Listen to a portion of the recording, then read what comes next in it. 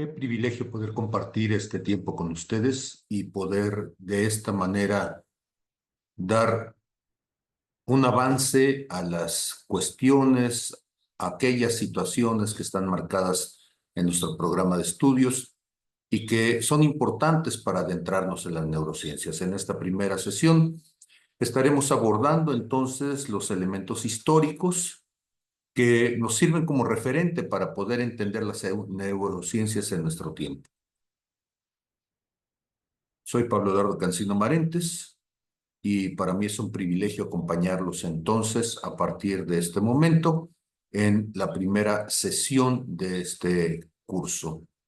Estaremos viendo en un acercamiento temático en 4 tiempos, la primera como una introducción a la neurociencia, donde vamos a estar abordando los aspectos históricos. En un segundo elemento hablaremos del sistema nervioso central, la composición del cerebro y las funciones cognitivas en número 3. Y por último, buscaremos dar algunos elementos de aplicación de las neurociencias en el aula. Entonces, abordemos un poco de historia sobre las neurociencias y su campo de desarrollo científico. Como ustedes se imaginarán, las neurociencias es una disciplina científica que se nutre del estudio, del desarrollo de diferentes partes del pensamiento, de la investigación, y que su objetivo principal será entonces enfocar su atención al sistema nervioso, su estructura, sus funciones, el desarrollo del mismo, su genética, la bioquímica, fisiología, farmacología, informática y patología, cada una de ellas que son ramas en sí de la medicina humana y que con todas ellas y además de otras ciencias de apoyo nos permitirán entender fundamentalmente el comportamiento humano. Va a abarcar entonces una muy amplia gama de enfoques, desde lo micro en la biología molecular y celular de las neuronas individuales, hasta el estudio de redes neuronales complejas, la comprensión de la base biológica de la cognición y el comportamiento humano. Estudiaremos en algún momento cuestiones endocrinológicas, estudiaremos en algún momento cuestiones ambientales y cómo influyen en ella. El campo es vastísimo y realmente es una ciencia que, aunque tiene sus orígenes desde la antigüedad, es muy novedosa en cuanto a sus avances. Como una aproximación entonces a la historia de las neurociencias, digamos que la historia de la neurociencia va a abarcar siglos completos de curiosidad, de descubrimientos, de avances científicos, tecnológicos, de una lucha incansable por comprender y muchas veces cruzar inclusive la línea de lo que socialmente estaba permitido en algún momento, como lo que es la disección del cuerpo humano.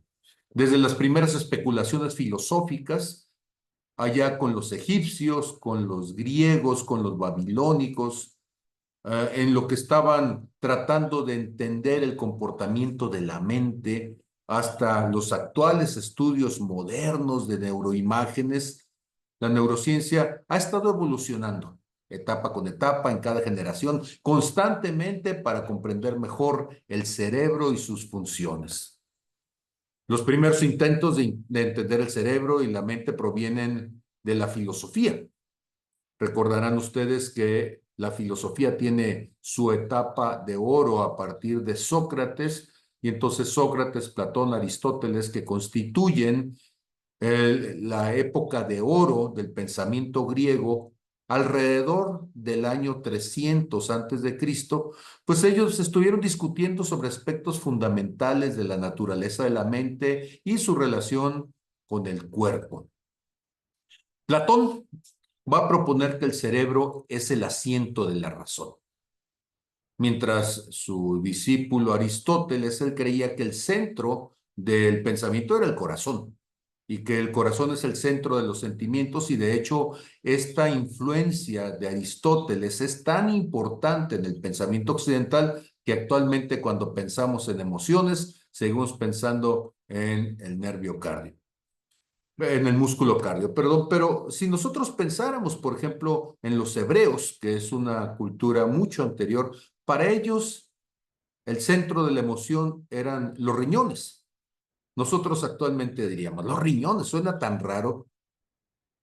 para nosotros nos suena más acorde el corazón. Sin embargo, hoy sabemos que los hebreos tenían, de hecho, una mayor intuición, mayor razón, si se quiere decir así, porque las glándulas suprarrenales están arriba de los riñones y finalmente mucho del comportamiento, de la emoción, tiene un fundamento endocrinológico. Y entonces, eh, todo esto de estar buscando cuál es la base de nuestra razón, de nuestra emoción, de nuestro intelecto, ha sido una discusión teórica y filosófica desde entonces. Entonces, regreso a Aristóteles, que creía que el corazón era el centro del pensamiento y el sentimiento, y veía entonces al cerebro principalmente como un órgano para enfriar la sangre. Entonces era solamente un radiador, ¿sí? Que estando en la cabeza no servía más que para eso. Importantísimos los trabajos de Hipócrates. Recuerdan ustedes que Hipócrates es un médico que va a marcar profundamente el pensamiento humano, tanto así que el juramento que hacen los médicos es el juramento hipocrático.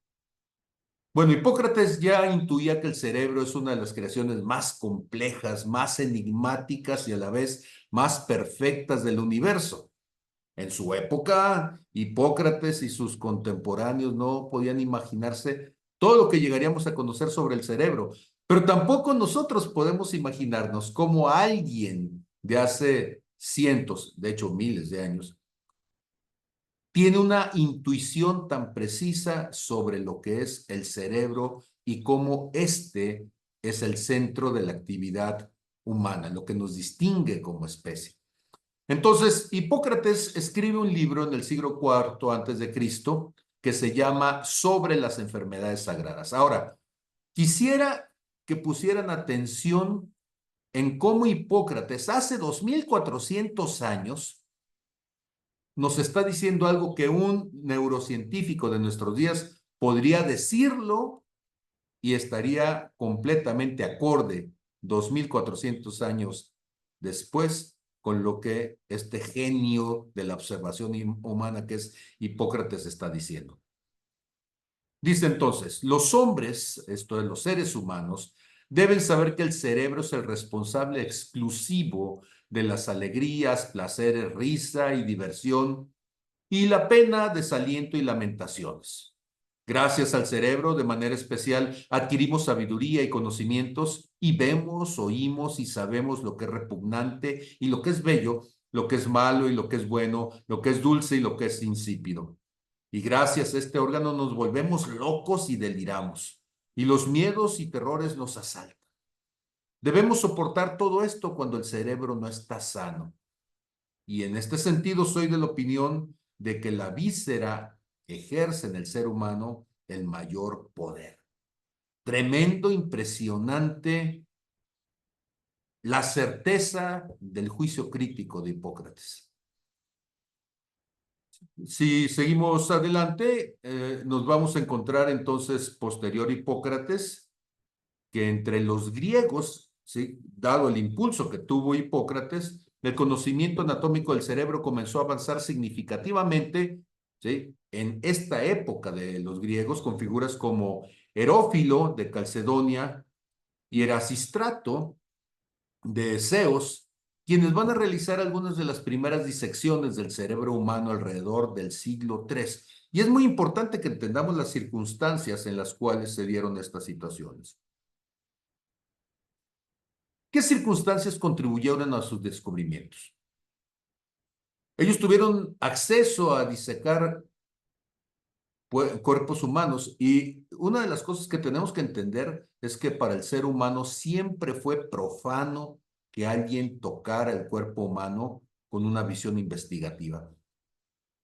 Por eso el caso de Herófilo es tan raro en la época, porque Herófilo tuvo la oportunidad de realizar disecciones en cuerpos humanos, como estoy diciendo, lo que es una práctica rara, controversial no solamente en su tiempo, sino en todas las épocas de la humanidad. Y esta práctica fue posible en Alejandría, ¿sí? Alejandría, Egipto, que actualmente es la Constantinopla de nuestro tiempo, ¿sí? Recuerdan ustedes que Alejandría pasó desde, a manos de diferentes naciones.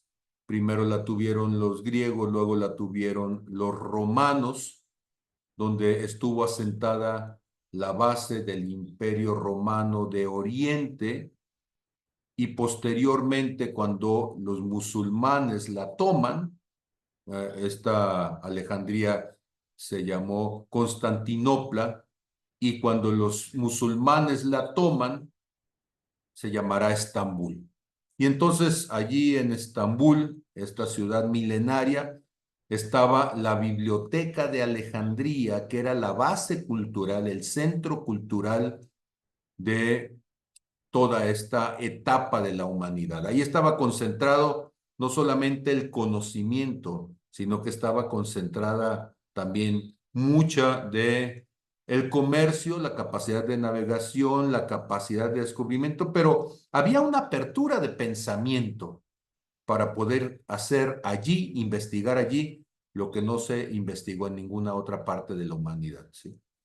Y entonces allí estuvo trabajando Herófilo, ¿sí? Y allí había una política más liberal hacia la investigación científica bajo el gobierno de los Ptolomeos. Recuerden ustedes que son Ptolomeos, uno de los gobernantes de esta zona egipcia, es un faraón.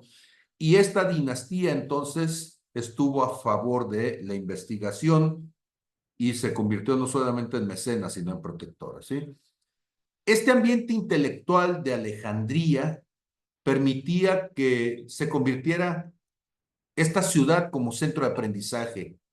Era la base del conocimiento en esta biblioteca, que era una de las maravillas del mundo antiguo, y el museo, que va a estar atrayendo a muchos eruditos de distintos países, regiones, culturas alrededor. Y en este ambiente entonces se facilitó el intercambio de ideas, de métodos, de conocimientos, de inquietudes, y eso permitió a Herófilo acceder a una vasta cantidad de información y colaborar con otros científicos y médicos de la época. Hay entonces un ambiente de innovación, de desarrollo metodológico. Herófilo entonces va a utilizar métodos sistemáticos que para la época eran novedosos, muy detallados. Hubo dibujos, hubo anotaciones. Conforme se iba llevando a cabo la disección, se iba observando entonces la composición anatómica. Todas estas innovaciones en la metodología de estudio anatómico fueron cruciales no solamente para sus descubrimientos, sino para los descubrimientos posteriores. Y él y su colega Erasistrato fueron pioneros en la práctica de la disección sistemática, que va a afectar positivamente el desarrollo de las ciencias clínicas y posiblemente la vivisección en criminales condenados. ¿Qué significa vivisección? Ok, cuando nosotros tenemos una persona que ya ha fallecido, hablamos de disectar el cadáver, pero cuando estamos hablando de una vivisección, de lo que estamos hablando es abrir a una persona viva. Y yo sé que esto suena salvaje, ¿sí? De hecho, como tormento lo sería. Yo no sé, seguramente Herófilo lo que hacía era narcotizar, o sea, adormecer a quienes terminarían siendo sus sujetos de prueba de experimentación, para poderlos abrir vivos y poder ver cómo funcionaban entonces los órganos mientras la persona estaba aún viva. Eh, Nos suena terrible, pero al mismo tiempo increíble la posibilidad de que ellos hubieran podido hacerlo y con ello marcar el conocimiento de la humanidad. Entiendo y estoy consciente que la barrera ética, la barrera bioética en este caso, porque estamos hablando de un ser vivo, pues es algo que se ha tenido que ir delimitando, recordando que el otro, a pesar de ser un criminal condenado, es un ser vivo, pero lo cierto es que todos estos descubrimientos que se llevaron a cabo nos permitieron llegar al punto como humanidad donde nos encontramos entonces ahora. La cantidad de desafíos éticos y culturales que implicaba entonces los experimentos que estaban llevando a cabo Herófilo, pues implicaba que la disección de un cadáver, pues era vista desde el punto de vista religioso como algo negativo, como algo reprobable, y por ello había desdén y oposición a esta práctica de investigación, no solamente desde el punto de vista social, sino también desde el punto de vista supersticioso, religioso. Y entonces Herófilo tuvo que trabajar en este entorno donde las prácticas de investigación que él estaba llevando a cabo sí fueron aceptadas bajo ciertas circunstancias, aunque por supuesto que estaba enfrentando barreras culturales y éticas, porque como acabo de decir, él llevó a cabo muchas vivisecciones. Había una influencia entonces muy poderosa de filosofías contemporáneas en su tiempo, por ejemplo, el empirismo, promovido por figuras como Aristóteles, quien también estuvo jugando un papel muy importante en su observación, en este enfoque de la observación directa, porque Aristóteles mismo era un observador crudo, era alguien muy racional, y dado que Aristóteles fue el maestro, el tutor de Alejandro Magno, pues esto generó de alguna manera una apertura distinta en el helenismo hacia la observación y hacia la investigación de frontera. Y entonces todo ello permitió entender mejor la anatomía humana, ¿sí? Estamos hablando ya con Aristóteles 2300 años antes de Cristo, ¿sí? Recuerden ustedes que hemos dicho que Hipócrates es siglo IV antes de Cristo, entonces estamos hablando de Aristóteles siglo III antes de Cristo y por ahí estábamos entonces hablando de Herófilo. Y entonces Herófilo, al ejercer su actividad como investigador allí en ese centro cultural tan importante, en esa Alejandría floreciente, que era el centro intelectual abierto, comprometido con la investigación científica, además con este enfoque sistemático, detallado, en cuanto a cada paso irlo registrando, cada cosa que iban encontrando irla registrando, pero no solamente eso, la oportunidad de estarlo haciendo en condiciones, decíamos, de frontera ética. En las disecciones le permitió hacer contribuciones muy significativas al campo de la anatomía, ¿sí? Incluyendo la identificación de los ventrículos del cerebro y la distinción entre el cerebro y el cerebelo, que es fundamental para la comprensión anatómica, ¿sí? Hacemos un salto tremendo.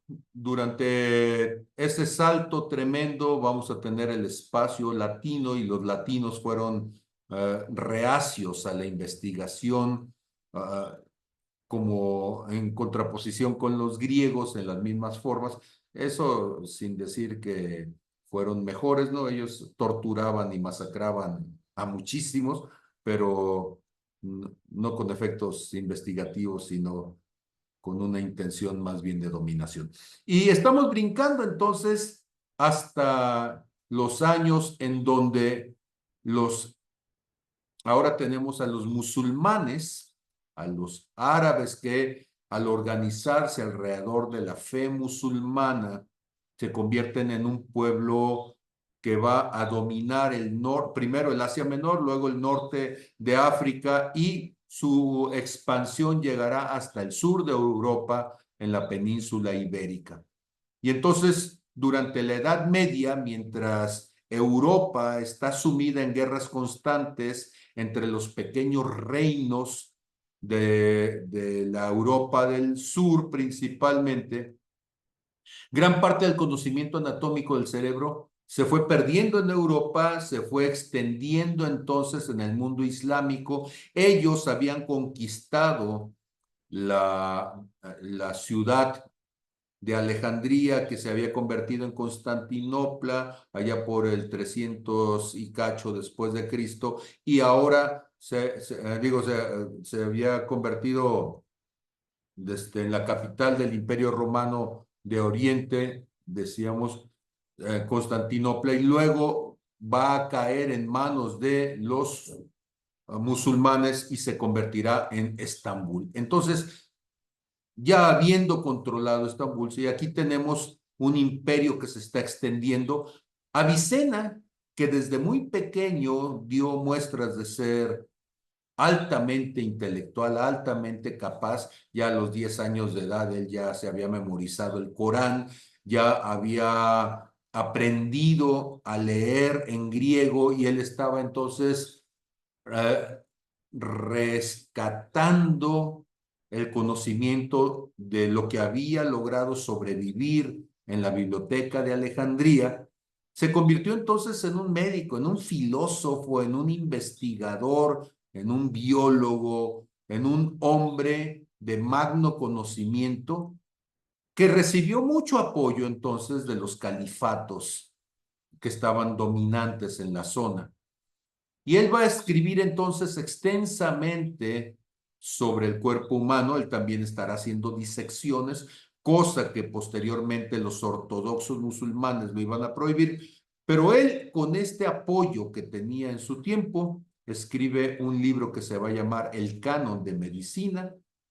Y entonces entre ellos vamos a tener las primeras operaciones también de apéndice, vamos a tener las operaciones de trepanación que eran antiquísimas entre los egipcios para cuando había infecciones y para evitar entonces la meningitis. Y va a haber avances tremendos entonces con las investigaciones de pensadores como Avicena, ¿sí? En el Renacimiento, y estamos hablando ya de 1500 en adelante, el interés por la anatomía humana resurge en Europa, pero aquí tenemos que tener muy claro que Roma está en contra de este desarrollo. Y cuando nosotros vemos personas como Andrés Vesalio, que es belga, uno tiene que entender entonces que Bélgica está en la Europa del norte, más hacia el oriente, y eso significa más alejado de la influencia directa de Roma. Y entonces, en ese espacio, lejos de Roma, en una zona que será poco a poco predominantemente protestante y fuera entonces del alcance directo de la Inquisición, él va a estar realizando disecciones y va a realizar entonces disecciones y va a estar dibujando a detalle lo que está encontrando, ¿sí? Y él va a publicar entonces un libro que en latín es De Humani Corporis Fabrica, o sea, estamos hablando de cómo se hace, cómo se desarrolla el cuerpo humano, ¿sí? En 1543. Recuerden ustedes que el Concilio de Trento es de 1540, entonces esto es precisamente en este surgimiento de el Renacimiento, donde Roma entonces está en un choque, en una contradicción política contra la Europa del Norte, Alemania principalmente, y esto está abriendo espacios para que gente más allá del poder de Roma pueda hacer investigación. Y esta obra entonces va a ser una obra fundamental y va a estar incluyendo ilustraciones precisas del cerebro, cosa que para muchos era casi satánico, ¿sí? Si nos vamos a la Francia del siglo XVII, Francia, Holanda, porque recuerden que incluso Renato Descartes tiene que salir hacia Holanda para protegerse con la reina holandesa. Y él va a proponer entonces una teoría que es la teoría del dualismo, siguiendo en mucho la herencia griega de gente como Platón, donde tenemos entonces dos entidades, uno que es las entidades materiales y otro que son las entidades inmateriales. Eh, y vamos a tener entonces la red cogita y la red extensa, la res extensa, ¿sí? Cuando hablamos de res estamos hablando no de una vaca, sino del cuerpo. La res cogita es esta cosa que piensa, la mente, y la res extensa es esta cosa que agarra las cosas, diríamos, es la cosa corpórea, el cuerpo humano. Y aunque su teoría será posteriormente refutada, definitivamente sus ideas, dado que él fue un filósofo de mucha influencia en la Europa de su tiempo, sus ideas van a estimular entonces un interés muy importante para tratar de entender la fisiología del cerebro, ¿sí? Vamos a tener un brinco ahora hacia el siglo XIX, ya fue entonces la Revolución Francesa, ya tenemos entonces la Revolución Industrial y lo que tenemos entonces es una Francia napoleónica que se ha ido abriendo al conocimiento, al mundo. Napoleón fue un hombre que entendió que la forma de poder controlar, de poder dominar un imperio, de poderlo levantar, era usando la ciencia como punto de desarrollo, no solamente político, sino ideológico. Y entonces, en este contexto tan importante, este siglo XIX va a ser testigo de muy importantes avances en la comprensión de la función cerebral. Y vamos a tener entonces aquí a un hombre que es clave en esta visión investigativa que es Paul Broca. Paul Broca es un neurocirujano francés. Él va a descubrir que ciertas áreas del cerebro van a estar asociadas con funciones específicas y en particular, Broca va a identificar una región en el lóbulo frontal es la frente, dice, en el hemisferio izquierdo, que esta es la zona temporal, ¿sí? Que ahora se le va a conocer aquí un pedacito de por aquí, se le conoce como área de Broca y es crucial para la producción del habla. Entonces, él va a identificar que en esa zona, cualquier lesión en esa zona, va a generar una imposibilidad para que las personas puedan comunicarse oralmente. Otro científico muy importante en la misma línea, en esa misma búsqueda de la comunicación, va a ser Carl Wernicke, y él va a identificar una región en el lóbulo temporal izquierdo, entonces, que también está entonces por acá, decíamos que Broca había estado viendo la parte frontal y hacia el temporal izquierdo, y acá nosotros tenemos ya en la parte temporal más cargada hacia el occipital, una región conocida como el área de Wernicke, que es esencial para la comprensión del lenguaje. Entonces, por un lado, la región de Broca es para emitirlo, para construirlo, y por otro lado, la región de Wernicke es para decodificarlo, para comprenderlo. Estos descubrimientos están cimentando la idea de que diferentes partes del cerebro se van a especializar en distintas funciones, lo cual va a ser un pensamiento medular en el desarrollo de la investigación de las neurociencias. En la zona ibérica va a desarrollarse el trabajo de un hombre que es un gigante en la neurociencia. Entonces, aquí vamos a tener un hombre que se enfoca en la tecnología, en la biología. Es el neuroanatomista español llamado Santiago Ramón y Cajal, que es fundamental porque él es el que identifica a la neurona como la célula fundamental del pensamiento. Y entonces él tomó muestras, las puso, hizo láminas muy delgadas para ponerlas en el microscopio, utilizó técnicas de tinción, o sea, por ejemplo, cuando le pones una gotita de azul de metileno, ¿sí? Para que tomen color, y a partir de allí pudo revelar la estructura detallada de las neuronas. Y entonces él va a proponer la teoría de que la neurona, ¿sí? Es la unidad básica del sistema nervioso. La neurona es la base del pensamiento. Y él va a recibir el reconocimiento precisamente por ello. Por ello se le conoce el padre de la neurociencia moderna, ¿sí? Hodgkin y Huxley, que son dos fisiólogos británicos, ellos descubrieron entonces, y con ello comienza la era de la neurociencia moderna, porque ya estamos hablando de posteriores a la Segunda Guerra Mundial. Ellos descubrieron el mecanismo de los potenciales de acción de los axones en las neuronas. Esto es, cómo es que se lleva a cabo la sinapsis, cómo es que se lleva a cabo la comunicación bioquímica entre las neuronas. Y sus modelos matemáticos y experimentos con calamares gigantes. ¿Y por qué un calamar?